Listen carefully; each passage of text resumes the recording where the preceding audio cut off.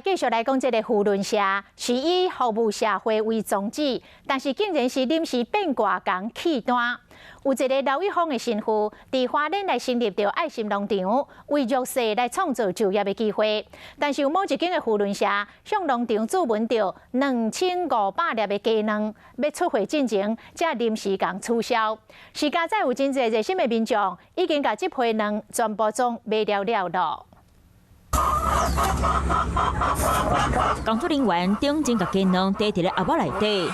刘一峰新妇伫咧花莲成立爱心农场，专门替弱势族群提供做工课机会。不过，进前所有扶轮社甲农场订2500粒的鸡卵，伫咧出货进前煞不爱滴啊！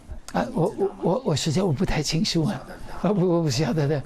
哎，对，美国我觉得不是很重要了，有时候小误会了，或者没有关系了。